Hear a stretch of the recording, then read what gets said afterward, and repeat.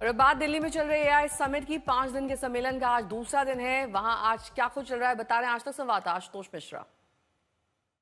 India AI summit 2026 का आज दूसरा दिन है और दूसरे दिन इसीलिए तमाम आपको जो पवेलियन है वहां चहल पहल दिखाई देगी, क्योंकि उत्सुकता जिस तरह लोगों को आर्टिफिशियल इंटेलिजेंस और नई तकनीक को लेकर के है, हर वो उत्सुक व्यक्ति यहां पर धीरे धीरे पहुंच रहा है। हालांकि दूसरा दिन इसलिए भी महत्वपूर्ण है कि दुनिया के तमाम सारे देश जिनके जो कारोबारी प्रतिनिधि हैं, जो सीईओज हैं, वो हिस्सा लेंगे। दरअसल चर्चा होनी है आर्टिफिशियल इंटेलिजेंस के बढ़ते प्रभाव पर, किन किन क्षेत्रों में उसका इस्तेमाल किया जा सकता है, तकनीक के साथ उसकी सिनर्जी कैसे बैठ सकती है, और उसी के साथ साथ अलग अलग सेक्टर जो क्रिटिकल हैं, चाहे स्वास्थ्य हो, एजुकेशन सेक्टर हो, इंफ्रास्ट्रक्चर सेक्टर हो, इसी के साथ साथ एविएशन हो, सिक्योरिटी जो ग्रिड है उसी में। और इसीलिए आपको जो पवेलियन, हम इस समय गूगल के पवेलियन में हैं और आसपास तमाम जो आपको इलाके दिखाई देंगे, वहां वो भव्यता, वो दिव्यता दिखाई देती है। बीते दिन प्रधानमंत्री ने पवेलियन का भी उद्घाटन किया, यहाँ वो अलग अलग प्रतिनिधियों से भी मिले, लेकिन इसी के साथ जो मिनिस्टीरियल डेलीगेशन है जो अलग अलग देशों से आया है वो भी चर्चा करेगा। साथ ही पवेलियंस में आपको देखने के लिए बहुत कुछ है, खासकर एआई का वो इस्तेमाल जो संभवतः हमने इसके पहले